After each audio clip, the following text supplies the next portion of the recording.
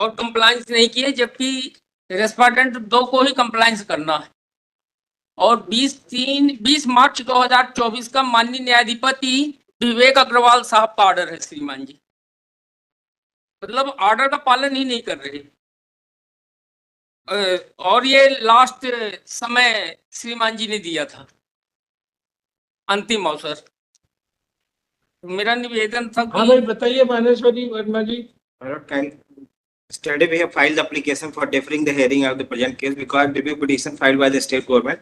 Some fact suppressed by the petitioner order FIR. Review petition file कर दिया है कि करना है? कर दिया साहब, रिव्यू पिटीशन पेंडिंग है सब। ये फैक्ट थे बट नहीं क्रिमिनल केस। देखिए, मैं बता दूं तिवारी जी। नहीं सुनिए, तो आप लिखित में जो देना है दीजिए ना। ये 2 वीक का समय कौन मांगा था? नहीं मैंने भेजा सर एप्लीकेशन का। नहीं रिव्यू पिटीशन का नंबर बता दो। Application lordship RP 1014 of pending.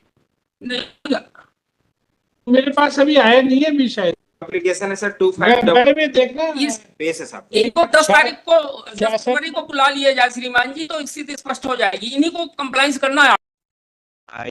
अब श्रीमान जी 1 साल तक कंप्लायंस न करेंगे हाई कोर्ट का ऑर्डर, तो क्या होगा? 588 न्याय कहाँ से मिलेगा मेरे को श्रीमान जी? आई number 2588/25 is filed by respondent state for deferring the hearing of the case on the grounds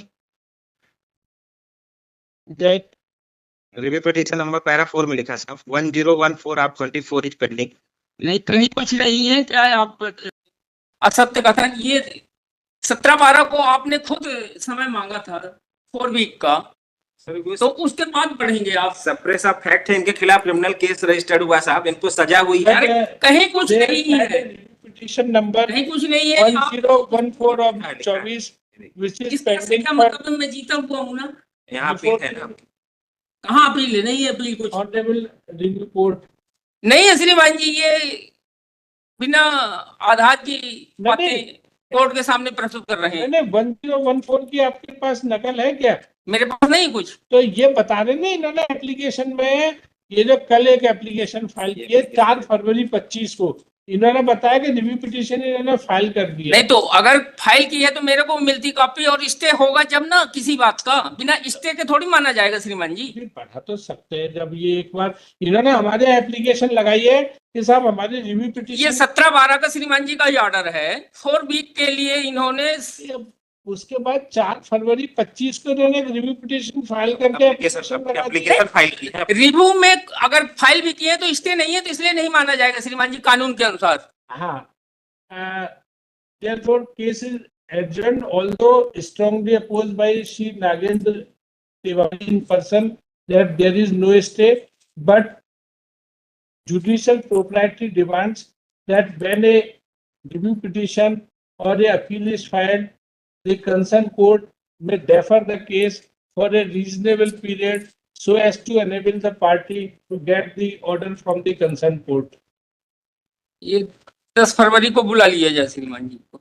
Therefore, release this case after 2 weeks.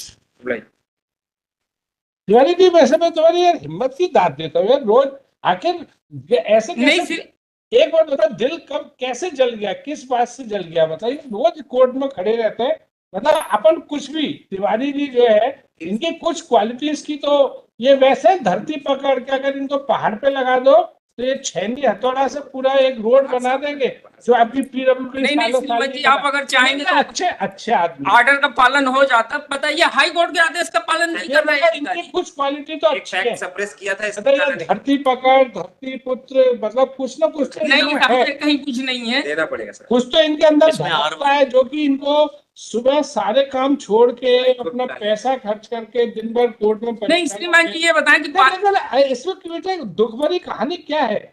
12 साल बाद मैं जीता हूँ। माननीय न्यायाधिपति श्री विवेक अग्रवाल साहब ने ऑर्डर किया है।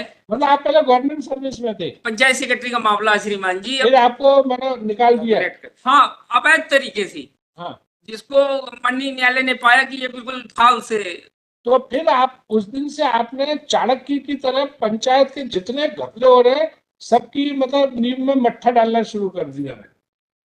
क्योंकि आपको सब मालूम है कि कहाँ क्या घपला हो रहा है। तो इतना आपकी नजरों से कुछ छुपा तो है ही नहीं। कल नहीं नहीं, इतना भ्रष्टाचार साहब मध्य प्रदेश में कि कोई सुनने को तैयार नहीं। अब हाई कोर्ट के आदेश को नहीं मान तो रहे। देखिए, ये कहना गलत होगा कि भ्रष्टाचार जहां है वहां है। ये एक कहते हैं ना कि एक ब्रश से लिया, जैसा मानो ये है, लाल से पोत दिया, काले से पोत दिया सफेद। हम ना ये कह रहे कि सब कुछ सही है, ना ये कह रहे कि सब कुछ काला है। मतलब अच्छे लोग भी हैं, बुरे लोग भी हैं सिस्टम में, अपन लोगों से ही वो बने। लेकिन आप अगर आप चाहो ना, तो आप सिंगल हैंडेडली, जैसे वो अन्ना हजारे थे ना, उनकी तरह ईंट से ईंट तो बजा सकते हो भ्रष्ट लोगों की। ये आप से निवेदन कर रहा था श्रीमान जी अब की यार किसी बात तरह। करो, देखो आपका जितना दायरा है, आपकी अपनी समझ है, मेरी समझ है, कई बार बढ़ाना पड़ता है। इस पे भी साइटेशन है कि भले से स्टे नहीं है, यही हमने नहीं तो लिखा है। कास्ट तो लगा दिया जाए श्रीमान जी। कॉस्ट क्या जाए, रिव्यू पिटीशन पे कॉस्ट नहीं लगाते। मतलब ये तो ये है कि हमने बढ़ा तो दिया, लेकिन हम नाराज हो गए कि क्यों रिव्यू पिटीशन फाइल की, तुम पे जुर्माना लगाया जाए। नहीं लगा सकते। कानूनी हमारा कोई भी कृत्य ऐसा नहीं होना तो चाहिए। पर्सनल बुला लिया जाए श्रीमान जी। अब देखो, मैंने पता है ना उनके, तुम जानो बस ऐसे डटे रहना, अपने स्वास्थ्य का ध्यान रखना। इसमें बड़ी एनर्जी लगती है भाई, एनर्जी लगती है। अपने स्वास्थ्य का ध्यान रखना, और इनके जितने भी भ्रष्टाचारियों की जड़ों में मट्ठा डालते रहना। ये हम अरे यार, चाणक्य ने अगर पूरे मगध साम्राज्य की वो उनकी वो कर दी, तुम क्या नहीं कर सकते? अपने आप को पहचानो यार तिवारी जी, तो आप आप अच्छे आदमी हो। चलो अगला आपकी केस। मदद मिल जाती साहब तो। कानूनी मदद ही दे पाऊंगा। जी जी। 67